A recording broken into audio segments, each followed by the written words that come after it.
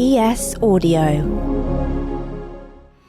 Hi, I'm Rochelle Travers, and this is the Evening Standard's Tech and Science Daily. Coming up, a new planet is discovered, and it's very similar to Earth. Now, let's get into it. We're only just at the start of 2023, but figures show that over 20,000 tech workers have already been sacked worldwide in the first 10 days of the year. It doesn't look like the layoff train is going to come to a halt anytime soon in 2023. There's already been over 20,000 tech layoffs, which on a sort of per day basis is already way higher than 2022. So it might well be a taste of things to come.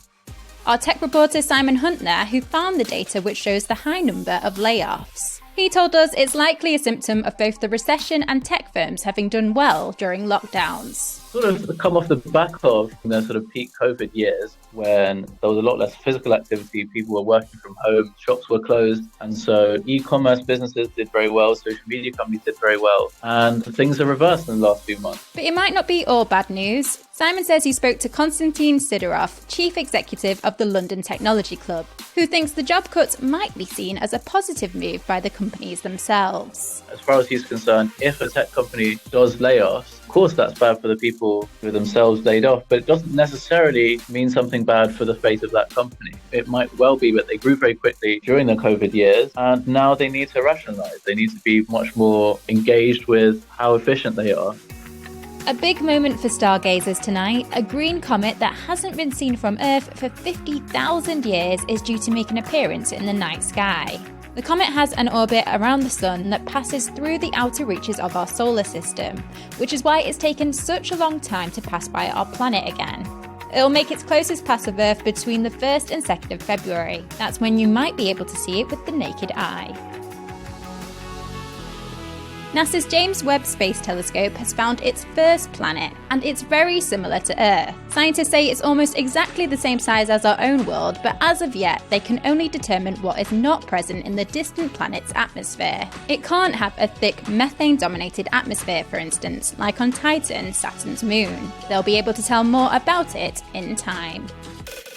The attorney for the collapsed crypto giant FTX says the company has recovered over $5 billion worth of assets. It comes after a US bankruptcy court was told the extent of losses to customers is still not clear. Prosecutors have accused FTX's former chief executive Sam Bankman-Fried of orchestrating an epic fraud that may have cost investors, customers and lenders billions. Bankman-Fried has pleaded not guilty to charges that he cheated investors. Researchers have found that long COVID symptoms resolve in a year for most with mild illness. The team compared data of people who had not been infected with COVID-19 with those who suffered a mild form of the virus, meaning they had symptoms but did not require hospital care. They also examined information on lingering symptoms after infection in both vaccinated and unvaccinated people. Lingering breathing problems were also found to be more common among people who had not received a vaccination compared with those who had.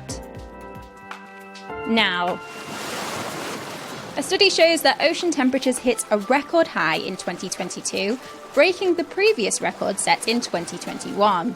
They found that in the past year, they've received an additional 10 zetajoules of heat, roughly equivalent to 100 times the total electricity generated internationally in 2021. Records show that temperatures have been rising since 1958, but the rise has accelerated since 1990. The analysis collects observations from 24 scientists across 16 institutions worldwide, and is published in the journal Advances in Atmospheric Sciences.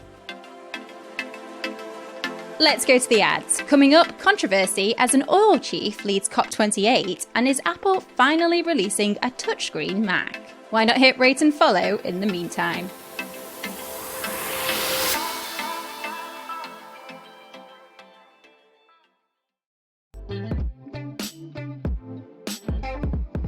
Welcome back.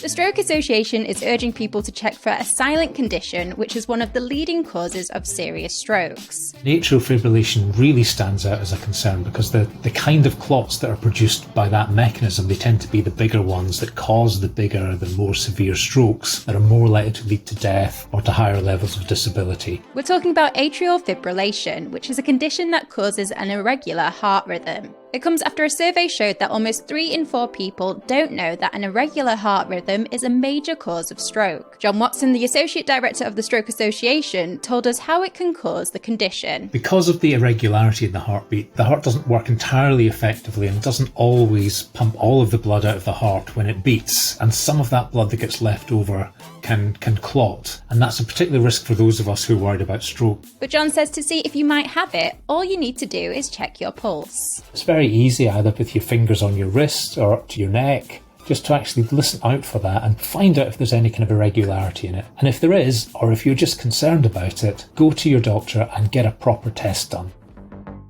The United Arab Emirates has named one of the world's biggest oil chiefs to lead the COP28 global climate talks in Dubai later this year. Sultan Ahmed Al Jaber is currently the head of the Abu Dhabi National Oil Company and is also the Minister for Trade and Climate Envoy for the COP28 host, the UAE. He's also the chairman of a government-owned renewable energy company called Mazda that he helped set up. Campaigners say he must stand down from his oil business role during the summit, as it's a clear conflict of interest. And finally, Apple might finally be making a touchscreen Mac. According to a report from Bloomberg, we could see a touchscreen MacBook Pro as early as 2025. However, there are currently no plans for launching them, and things could always change. The company has been known to scrap projects in the past.